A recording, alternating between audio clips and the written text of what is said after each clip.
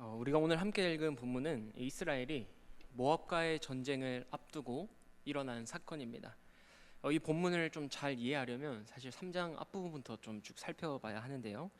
우리 열왕기하 3장 1절 말씀을 함께 같이 읽어보겠습니다. 유다의 여호사밧 왕 18째 해에 아합의 아들 여호람이 사마리아에서 이스라엘을 12해 동안 다스리니라 라고 합니다. 자, 오늘 이 사건은 남유다의 여호사밧 왕과 북이스라엘의 여호람 왕 때 있었던 사건입니다. 여러분, 북이스라엘에서 가장 악한 왕으로 손꼽히던 아합이 죽고 나서요, 아합의 아들 아하시야가 왕위에 오릅니다. 그런데 아하시야 역시 아버지 아합과 똑같이 하나님을 거역하다가 2년 만에 죽고 말아요. 그래서 그의 뒤를 이어서 그의 동생인 여호람이 왕위에 오릅니다. 그러니까 여호람도 아합의 아들인 것이죠. 그러면 여호람은 어떤 평가를 받았느냐? 오늘 사건을 이제 들어가기에 앞서 열왕기 저자가 여호람에 대한 평가를 먼저 하고 있는데요. 2절 말씀을 우리 계속해서 2절 말씀 같이 함께 읽어보겠습니다. 그가 여호와 보시기에 악을 행하였으나 그의 부모와 같이 하지는 아니하였으니 이는 그가 그의 아버지가 만든 바알의 주상을 없이 하였음이라라고 합니다. 자, 보시면요, 그가, 여기서 그는 여호람이죠.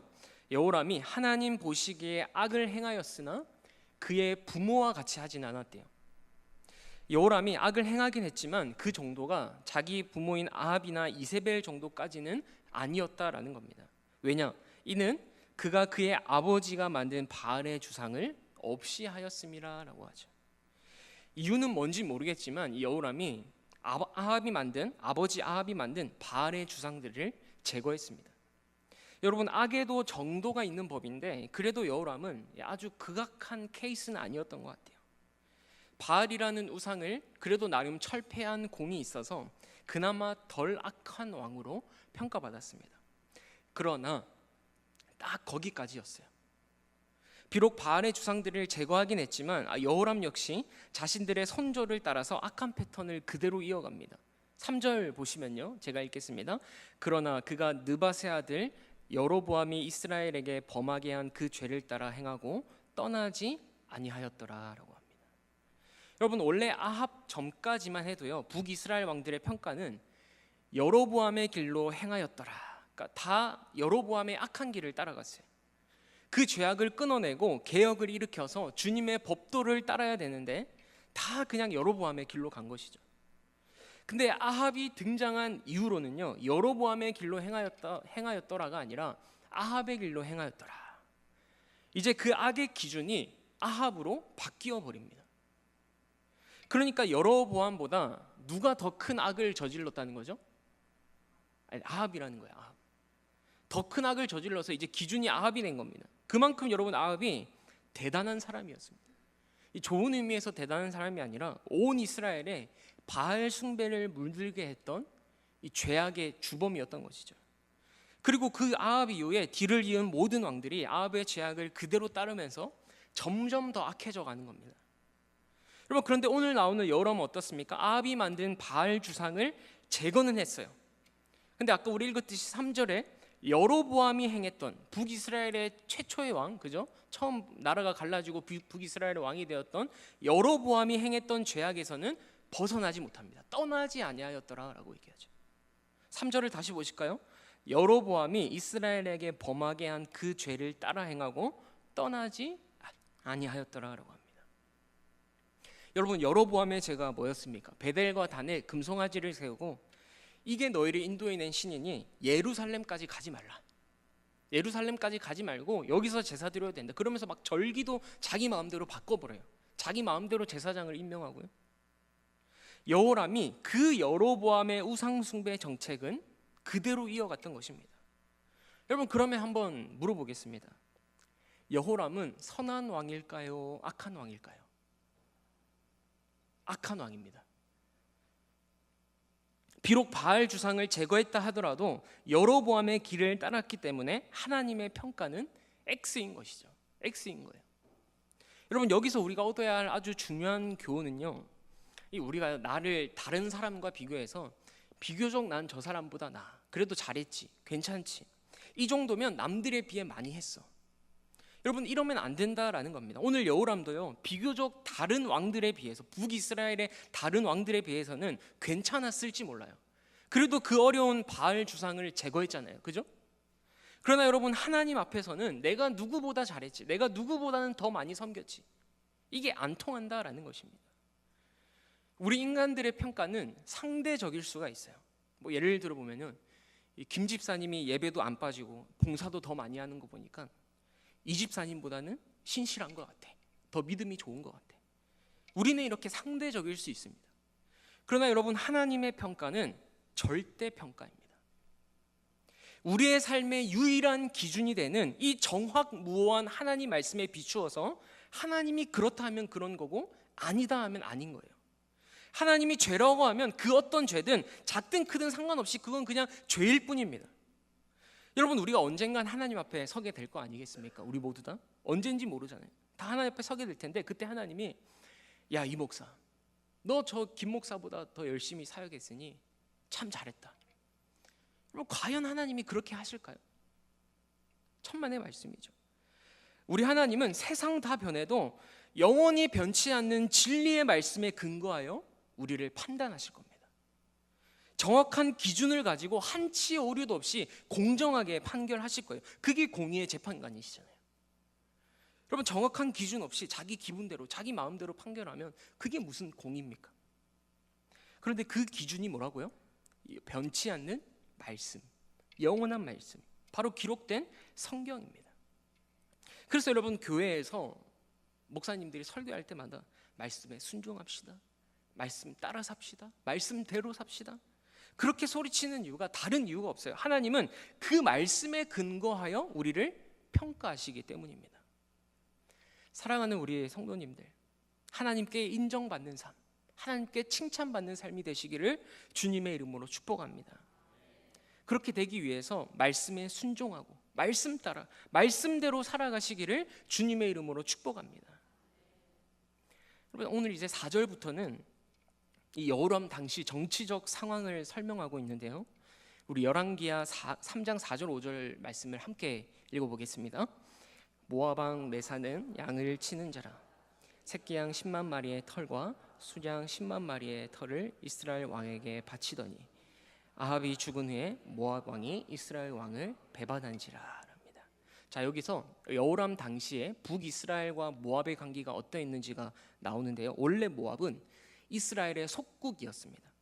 그래서 4절에 보시면 새끼 양 10만 마리의 털과 순양 10만 마리의 털을 이스라엘 왕에게 바쳤다. 어마어마한 수의 양털을 조공으로 바쳤습니다. 그런데 모압 왕이 보니까 아버지 아합이 죽고요, 여호람이 왕이 됐는데 자기가 보기에는 이 여호람이 애숭이인 거예요. 애숭이. 거기다 왕권 교체 시기는 대부분 좀 불안정한 시기지 않습니까? 이 모압이 볼 때는 이스라엘의 국력이 점점 약해지는 것 같으니까 그런 마음이 든 거예요. 이거 한번 붙어볼만 하겠는데? 그러면서 매년 바치던 조공을 더 이상 바치지 않고요, 반역을 일으켜요. 모압, 그러니까 자신들 위에 있는, 그러니까 요단강 동쪽 땅들을 조금씩 이렇게 먹어서 나옵니다. 그러자 여호람이 어떻게 하냐? 6절을 한번 보실까요? 6절 같이 읽겠습니다. 그때 여호람 왕이 사마리아에서 나가 온 이스라엘을 둘러보고라고 합니다. 여기서 여호람이 온 이스라엘을 둘러봤다라고 할 때 둘러보다는요, 그냥 뭐 쓱 한번 둘러봤다 이런 말이 아니라 병력을 얼마나 징집할 수 있느냐, 그 병력을 셌다라는 거예요. 카운트를 했다라는 말입니다. 그러니까 모압이 조공을 안 바치고 막 반역을 일으키니까 어떻게 해요? 저 모압 안 되겠다, 가만 놔둬서는 안 되겠다, 한번 치러 가야 되겠다, 모압 정벌을 계획한 겁니다. 그래서 현재 병력이 어느 정도 되는지, 우리가 쳐들어가면 이길 수 있을지 없을지 파악하고 계산하고 있는 거예요. 근데 여호람이 봤을 때 자신들의 힘만으로는 좀 부족하다, 힘들다라고 판단했던 것 같아요. 이 전쟁에 대한 확신이 서지 않았던 것 같습니다. 그래서 유다왕 여호사밧에게 도움의 손길을 청하게 됩니다. 그게 7절 말씀이에요. 제가 읽겠습니다. 또 가서 유다의 왕 여호사밧에게 사신을 보내 이르되 모압 왕이 나를 배반하였으니 당신은 나와 함께 가서 모압을 치시겠느냐 하니 그가 이르되 내가 올라가리이다. 나는 당신과 같고 내 백성은 당신의 백성과 같고 내 말들도 당신의 말들과 같으니이다 하는지라. 여러분, 유다의 여호사밧 왕은요, 아합의 딸인 아달랴를 자신의 며느리로 삼아서 북이스라엘과 혼인 동맹을 맺었습니다. 그래서 좋은 유대 관계를 형성하고 있었기 때문에 이 여호람의 제안에 즉각 오케이 사인을 보내요.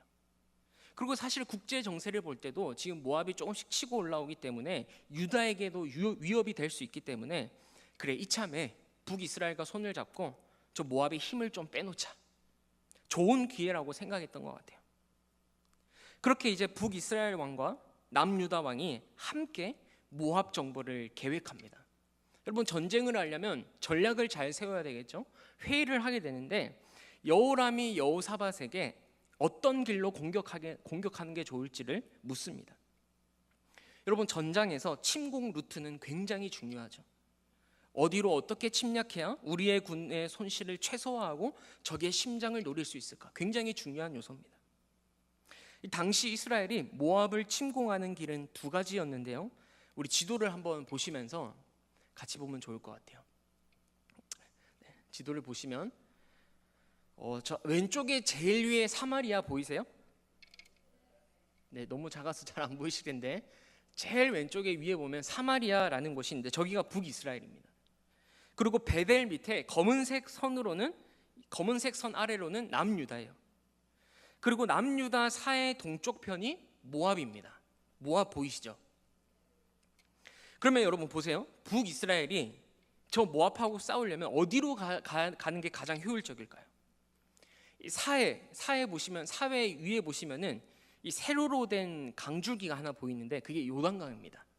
그러니까 사해 북쪽을 통해서 요단강을 지나서 모압 북쪽 지방으로 쳐들어가는 길이 사실 가장 빠릅니다. 그게 가장 효율적인 방법이에요. 하지만 이 길은요, 이 모압 입장에서는 이스라엘과 국경이잖아요. 지금 국경입니다.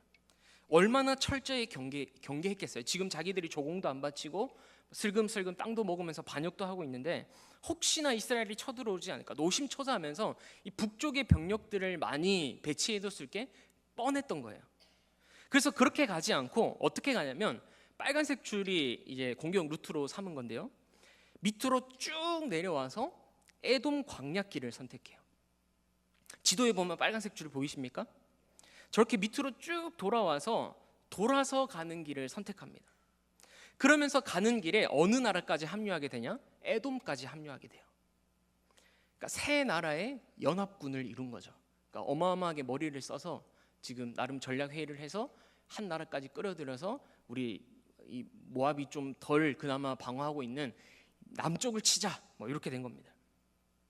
그런데 바로 이 길에서 예상치 못한 일이 벌어지고 맙니다. 그게 9절 말씀이에요.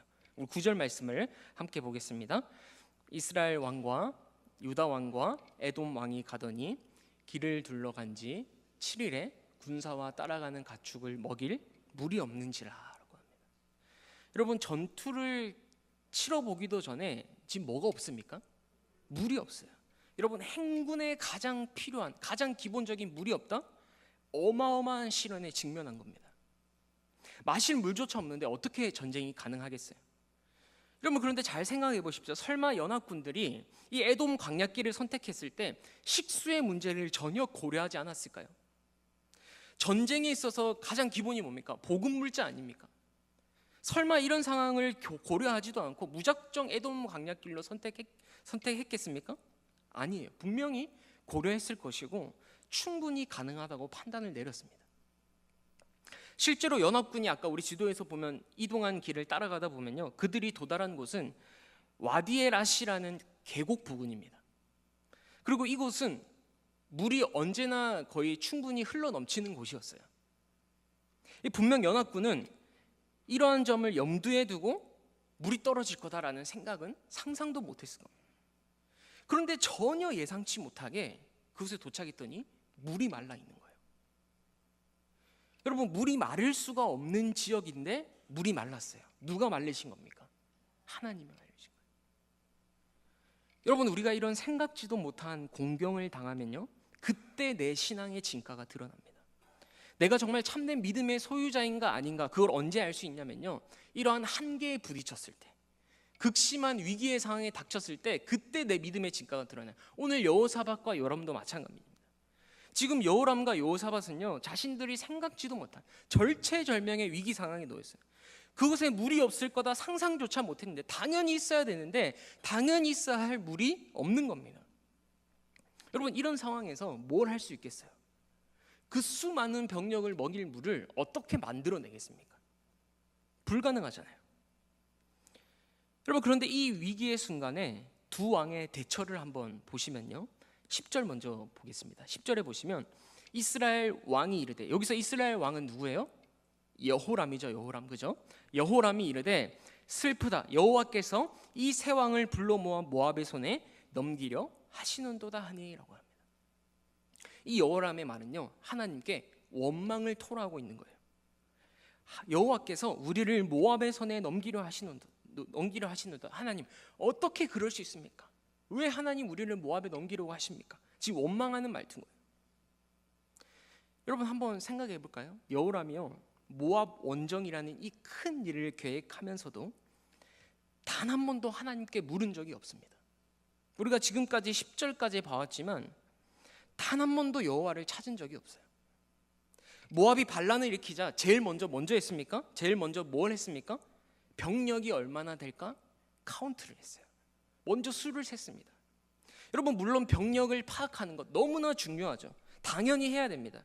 그러나 하나님께 기도하지는 않았습니다.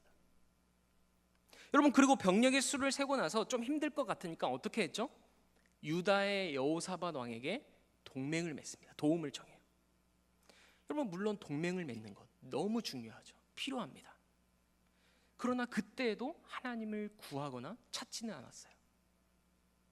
그리고 여호사밧 왕과 함께 어떻게 모압을 공략할 수 있을까? 전략을 짤 때에도 그곳에는 하나님이 있었습니까? 없었습니까? 없었습니다. 여러분, 이 국가적 중대 사항인 전쟁을 준비하는 모든 과정 속에서 하나님은 어디에도 찾아볼 수 없어요. 하나님을 쏙 빼버렸습니다. 전쟁은 여호와께 속한 것입니다 라고 선포하면서 이 전쟁을 해야 될지 말아야 될지 먼저 하나님께 구해야 되고, 해야 한다면 어떻게 해야 될지 하나님의 지혜와 뜻을 구해야 되는데, 여호람은 기도 한번 하지도 않았어요. 주여 한번 외치지도 않았습니다. 그랬던 그가, 여러분, 정작 어려움이 닥치자 자신의 힘으로 해결할 수 없는 정말 난간에 봉착하자 어떻게 합니까? 하나님께 원망하고 있어요. 아예 대놓고 하나님께 원망부터 하고 있는 겁니다. 여러분, 우리가 정말 먼저 하나님께 납작 엎드려서 하나님의 인도하심을 구하고 기도함으로 준비하고 기도함으로 나아갔는데 막상 그 일이 잘 안 풀려요. 막 그 일이 더 꼬여요. 그럴 때 하나님께 원망하는 거야 이해는 돼요. 그렇지 않습니까? 그래서 실제로 시편에 보면 그런 탄식 시들도 굉장히 많잖아요. 그러면서 결국 하나님의 구원을 찬양하는 게 이 탄식 시들의 특징인데, 충분히 그럴 수 있습니다. 하나님의 뜻을 구하며 정말 내 것을 다 포기하고 하나님의 기쁨이 되고자 순종하고 나아갔는데 막상 현실은 고난과 고통이에요. 그러면 인간적인 마음으로 하나님 원망하는 마음이 들기도 하죠. 그리고 그렇게 하나님께 원망하는 마음을 토로하면서 또 하나님이 어떠한 분이신지 깊이 경험하게 되고, 그러면서 신앙이 성장하고 성숙하는 거지 않습니까? 근데 오늘 이 여호람은요, 일은 자기가 벌려놓고 하나님 앞에 한 번도 나가지 않고 그 일이 틀어지니까 하나님을 원망해 버립니다. 자기 생각과 자기 뜻대로 일이 잘 안 풀리니까 하나님을 탓하고 있어요. 여러분, 이게 바로 여호람, 북이스라엘 왕 여호람의 영적인 수준이었다라는 거예요. 여러분, 오늘날 우리도 마찬가지입니다. 오래 신앙생활 하신 분들 중에도 평소 아무 일 없을 때는 하나님을 중요하게 생각하지 않아요. 별로 찾지도 않습니다. 그런데 자기에게 문제만 생기면 누구를 탓해요? 하나님이 나의 주인이라면서, 하나님 주인 모시고 살지도 않았으면서 하나님이 나의 주인이시라면서 왜 나에게 이런 일을 주십니까? 여러분, 그러면서 막 삐져가지고 교회도 안 나와요. 여러분, 이런 사람들을 향해서 사도 바울이 뭐라고 얘기하는지 아세요? 젖만 먹는 영적 어린아이와 같다라고 합니다. 고린도전서 3장 1절에서 2절 말씀인데 함께 같이 읽어볼까요? 형제들아, 내가 신령한 자들을 대함과 같이 너희에게 말할 수 없어서 육신에 속한 자 곧 그리스도 안에서 어린아이들을 대함과 같이 하노라. 내가 너희를 젖으로 먹이고 밥으로 아니하였노니 이는 너희가 감당하지 못하였음이거니와 지금도 못하리라. 고린도 교회가 제일 문제 많았던 교회잖아요. 모든 교회가 문제는 있었지만 제일 문제 많이 많았던 교회였는데, 그 교회 성도들, 고린도 교회 성도들을 향해서 바울이 내가 너희를 대할 때 이제는 신령한 자들을 대함같이 대해야 되는데 아직도 여전히 어린아이들 대함같이 한다는 거예요. 여러분, 젖만 먹던 아기가 자라서 이제는 젖을 떼야 되잖아요. 단단한 밥도 먹어야 되는데, 그렇게 너희의 영적인 수준이 자라서 소화해낼 수 있는 수준이 되어야 되는데 여전히 젖만 먹는 영적 어린아이와 같다는 겁니다. 또 히브리서 5장 12절 말씀도 이렇게 되었어요. 때가 오래되었음에 너희가 마땅히 선생이 되었을 터인데, 신앙생활 오래 한 거죠. 그런데 단단한 음식은 못 먹고 젖이나 먹어야 할 자가 되었도다. 도무지 영적으로 자라지 않는다라는 겁니다. 사랑하는 우리 성도님들, 우리 모두 그리스도의 장성한 분량에 이르기까지 자라가는 성도가 되시기를 주님의 이름으로 축복합니다. 여러분, 내 안에 생명이 있다면요, 자라야 돼요. 내 안에 예수 그리스도라는 생명이 있는데 어떻게 자라지 않고 오히려 도태될 수가 있어요. 여러분, 우리는 주님 부르실 그날까지 계속 예수님을 닮아가면서 자라가야 하는 겁니다. 어디에까지요? 그리스도의 장성한 분량에 이르기까지. 여러분, 아니 우리가 포도나무에 접붙여진 가지라면 자연스럽게 열매를 맺는 거예요. 그렇지 않습니까? 내가 열매를 맺으려고 막 애쓰지 않아도 뿌리로부터 충분한 영양분을 공급받으면 때가 돼서 자연스럽게 열매가 맺히는 겁니다. 만약 열매가 안 맺힌다? 어떤 나무입니까? 죽은 나무예요. 그죠? 예수님 비유에 말씀하시잖아요. 여러분, 우리가 주님으로부터 충분한 영양분, 그 말씀의 영양분을 공급받아서 풍성한 열매를 맺고 하나님의 사람으로 세워져 갈 수 있기를 주님의 이름으로 축복합니다. 여러분, 이번에는 남유다 왕 여호사밧의 반응을 한번 보겠습니다. 우리 여호람의 반응을 봤고요. 11절에는 여호사밧이 이렇게 얘기해요. 여호사밧이 이르되 우리가 여호와께 물을 만한 여호와의 선지자가 여기 없느냐 하는지라라고 합니다. 여러분, 물이 없는 절체절명의 위기 속에서 여호사밧은 어떻게 합니까? 하나님께 물을 만한 여호와의 선지자를 찾습니다. 아마 여호사밧은 당연히 있어야 할, 그 계곡에 당연히 있어야 할 물이 말라버리자 직감적으로 느꼈던 것 같아요. 아, 이건 하나님이 말리신 것이다. 영적인 감각이 있던 사람이죠. 영적 감각이 있었어요. 그래서 뒤늦게나마 하나님 앞에 겸허히 엎드립니다. 아, 내가 가장 중요한 하나님의 말씀을 놓치고 있었구나. 하나님의 뜻을 묻지 않았구나. 지금이라도 주님의 뜻을 구해보자. 그러면 답이 있을 거예요. 그래서 누구를 찾아요? 여호와의 선지자를 찾습니다. 여러분, 우리도 때로는 하나님을 잊어버리고 내 방식, 내 방법대로 살아가지만 그 위기의 순간에서 하나님을 원망하지 않고 그분 앞에 먼저 엎드리면서 주님의 뜻을 구하는 영적인 사람들이 되기를 소망합니다. 여러분, 여호사밧이 하나님께 묻기 위해 선지자를 찾자 마침 거기에 누가 있었냐? 엘리사가 있었어요. 어떻게 해서 이 엘리사가 원정군과 함께 있었는지는 알 수 없어요. 안 나옵니다. 그런데 분명한 것은 우리 여호와 일에 하나님께서 미리 준비하셨다는 거예요. 하나님께서 이런 상황이 닥칠 것을 아시고 엘리사를 연합군과 함께 동행하게 하셨습니다. 그래서 엘리사가 있다는 말을 들은 여호사밧이 즉시 이렇게 얘기합니다. 12절 말씀인데 함께 같이 읽겠습니다. 여호사밧이 이르되 여호와의 말씀이 그에게 있도다 하는지라. 이에 이스라엘 왕과 여호사밧과 에돔 왕이 그에게로 내려가니라. 여호사밧은 엘리사의 명성에 대해 이미 익히 알고 있었습니다. 그래서 여호와의 말씀이 그에게 있도다, 절박한 심정으로 엘리사를 찾으러 가요. 그런데 엘리사를 만나자마자 엘리사가 이스라엘 왕 여호람을 엄하게 책망합니다. 우리 13절 말씀도 같이 읽겠습니다. 엘리사가 이스라엘 왕에게 이르되 내가 당신과 무슨 상관이 있나이까? 당신의 부친의 선지자들과 당신의 모친의 선지자들에게로 가소서 하니 이스라엘 왕이 그에게 이르되 그렇지 아니하니이다. 여호와께서 이 세 왕을 불러 모아 모압의 손에 넘기려 하시나이다 하니라. 지금 엘리사가 여호람을 보고 아쉬우면 바알과 아세라 선지자들에게 갈 것이지 왜 자기에게 오냐는 거예요.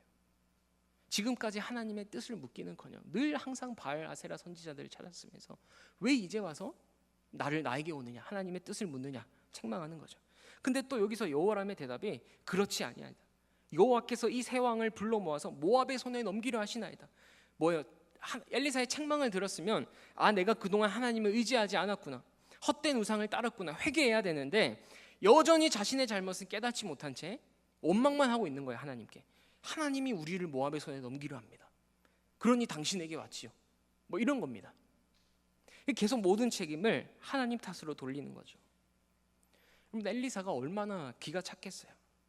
당장이 뻔뻔하고 무지한 여호람에게 등을 돌리고 떠나버리고 싶었을 텐데 그 옆에 서 있는 여호사밧을 보면서 이렇게 얘기합니다. 14절에 우리 14절 말씀 함께 읽겠습니다. 엘리사가 이르되 내가 섬기는 만군의 여호와께서 살아계심을 두고 맹세하노니 내가 만일 유다의 왕 여호사밧의 얼굴을 봄이 아니면 그 앞에서 당신을 향하지도 아니하고 보지도 아니하였으리이다. 무슨 말입니까? 내가 당신 때문에 가는 게 아니라, 여호람 당신 때문이 아니라 누구 때문에요? 여호사밧의 얼굴을 봐서 가는 거다. 하나님의 사람, 그 영적인 사람 여호사밧이 있었기 때문에 내가 하나님의 말씀을 받아서 말하겠다라고 얘기하는 겁니다.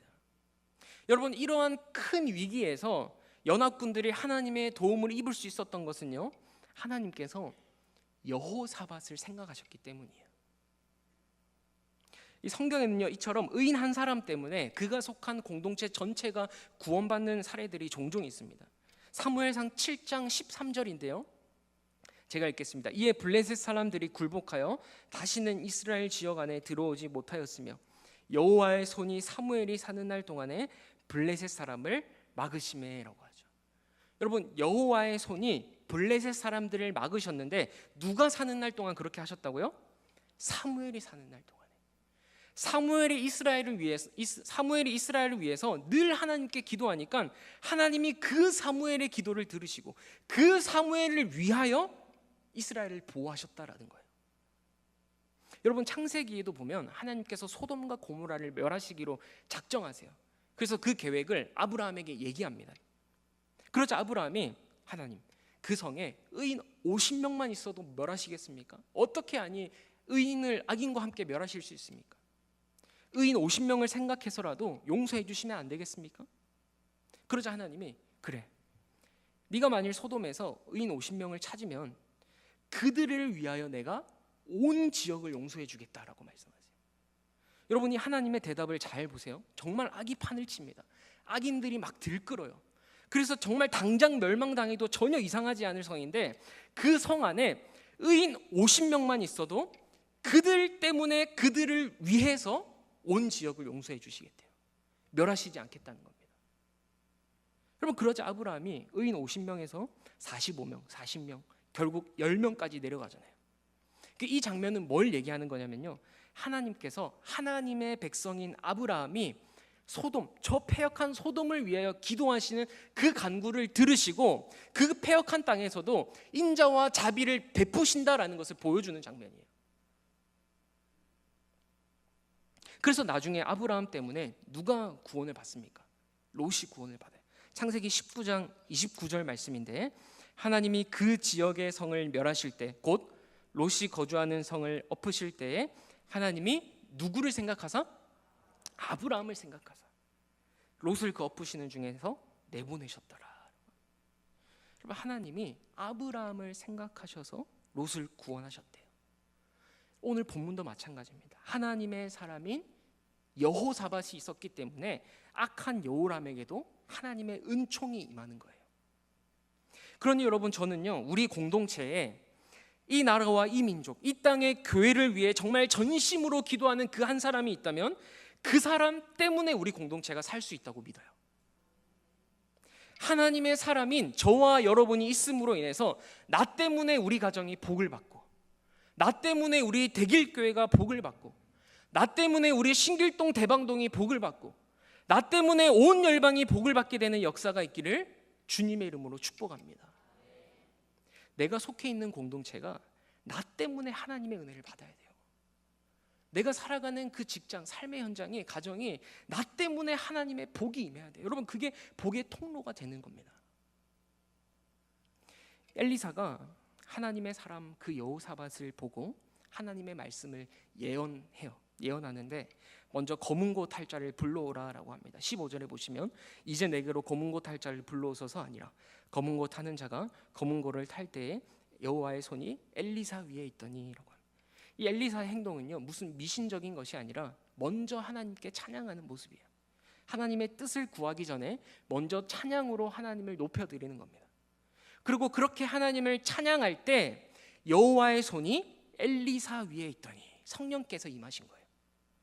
그러고 나서 성령의 감동을 받은 엘리사가 이렇게 예언합니다. 우리 3장 16절에서 18절 말씀인데 같이 함께 읽겠습니다. 그가 이르되 여호와의 말씀이 이 골짜기에 개천을 많이 파라 하셨나이다.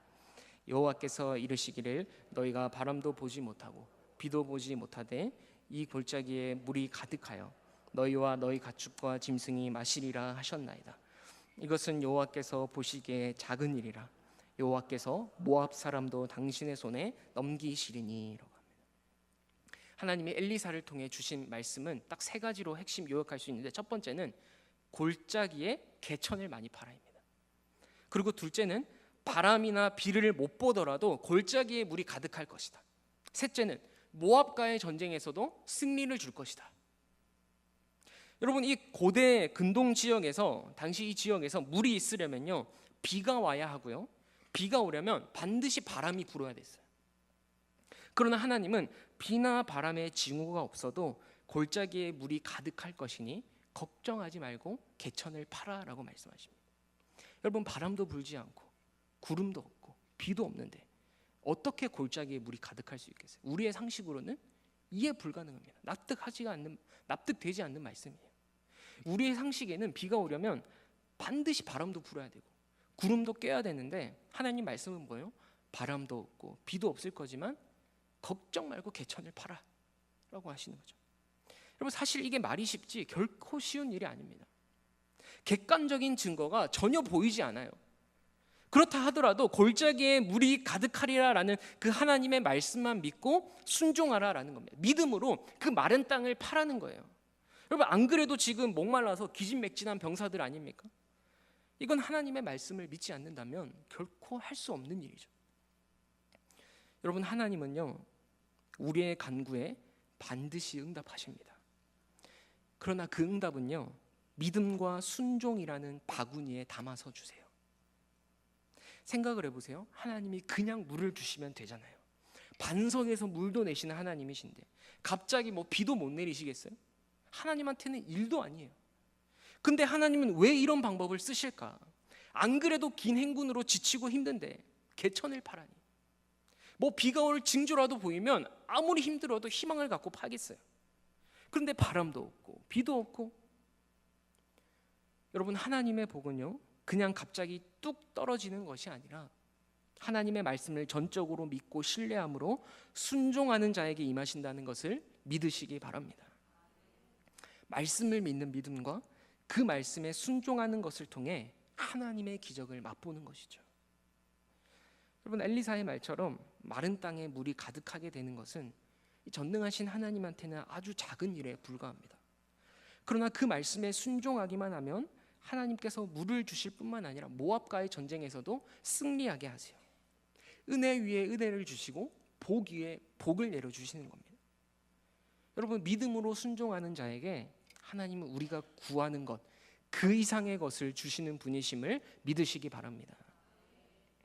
우리 마지막으로 20절 말씀을 보면요 엘리사를 통해 선포된 그 하나님의 말씀이 그대로 이루어집니다. 우리 20절 말씀 마지막 함께 읽겠습니다. 아침이 되어 소재 드릴 때 물이 에돔 쪽에서부터 흘러나와 그 땅에 가득하였더라. 할렐루야. 비올 기미가 전혀 안 보였는데도 말씀에 순종했더니 물이 흘러나와 그 땅을 가득 채웠어요. 여러분 그야말로 구세주와 같은 생명수 아닙니까? 그런데 여러분 언제 이 일이 일어났는지 자세히 한번 다시 보세요. 20절에 아침이 되어 소재 드릴 때에 물이 흘러와 그 땅에 가득하였더라. 언제 물이 흘러왔다고요? 소재 드릴 때. 아침이 되어 소재 드릴 때. 여러분 여기서 소재는 제사의 한 방법 중에 하나입니다. 그러니까 하나님께 제사를 드릴 때, 즉 하나님께 예배를 드릴 때 기적을 경험했어요. 여러분, 우리가 언제 생명수의 은혜를 경험할 수 있느냐? 하나님께 예배 드릴 때입니다. 우리가 한 주 동안 하나님의 말씀 안에서 말씀에 순종하며 살다가 거룩하고 복된 주 하나님 앞에 나와서 예배 드릴 때 여러분, 하나님은 우리에게 만복을 내려주세요. 이걸 믿고 나오셔야 됩니다. 이걸 바라보고 나오셔야 돼요. 여러분, 비록 삶에서 넘어지고 실패한다 하더라도 그래도 내가 하나님의 자녀라는 그 정체성을 가지고 말씀에 순종하려고 하는 그 애씀이 있다면, 비록 실패하고 넘어지지만 하나님은 그 애씀을 보시고 너무나 기뻐하세요. 너무나 자랑스럽게 여기세요. 그러면서 그 예배를 통해 마음껏 복을 내려주십니다. 여러분, 이게 바로 예배와 삶의 선순환이라는 거예요. 예배 따로 삶 따로가 아니라 삶이 예배가 되고 예배가 삶이 되기 위해서는 들은 말씀을 기억하면서 한 주 동안 순종하기 위해 애쓰는 거예요. 잘 안 되더라도 괜찮아요. 넘어지더라도 괜찮습니다. 그 말씀을 기억하면서 그 말씀 한 자락을 내 생명같이 여기며 몸부림치는 거예요. 여러분, 그럴 때 그곳이 하나님을 예배하는 초소가 되는 줄 믿습니다. 그것이 복의 자리가 되는 거예요. 삶과 예배가 일치가 되어서 하나님이 기뻐 받으시는 진정한 예배자로 살아가는 것이죠. 사랑하는 우리 성도님들, 순종하며 예배하는 자에게 하나님은 반드시 생명수를 맛보게 해주십니다. 우리 모두 다 믿음의 사람들이 되셔서 하나님을 예배하는 참된 예배자가 되시고, 나 때문에 우리 공동체가 살아나는 그 귀한 하나님의 역사에 존귀하게 쓰임받는 우리 성도님들 한 분 한 분 되시기를 주님의 이름으로 축복합니다. 기도하겠습니다. 하나님, 감사합니다. 오늘 절체절명의 위기 속에서 여호람과 여호사밧의 대처를 보며 하나님, 우리가 비록 내 생각대로 내 뜻대로 내 삶을 살아왔다 하더라도 그 위기의 순간에 무릎 꿇고 하나님께 엎드려 하나님의 말씀을 듣고 그 말씀에 순종하며 하나님 믿음의 사람, 하나님의 사람으로 살아갈 수 있는 우리 성도님들 될 수 있도록 축복하여 주시옵소서. 그럴 때 그곳이 하나님이 기뻐 받으시는 예배의 초소, 하나님이 만복을 내리시는 그 하나님 놀라운 은혜의 역사들이 우리의 삶 가운데 일어날 줄 믿습니다. 우리가 하나님 앞에 믿음으로 나아가게 하시고 순종함으로 나아갈 때에 우리가 기적을 경험하는 삶이 되어질 수 있도록 인도하여 주시옵소서. 예수님 이름으로 기도합니다. 아멘.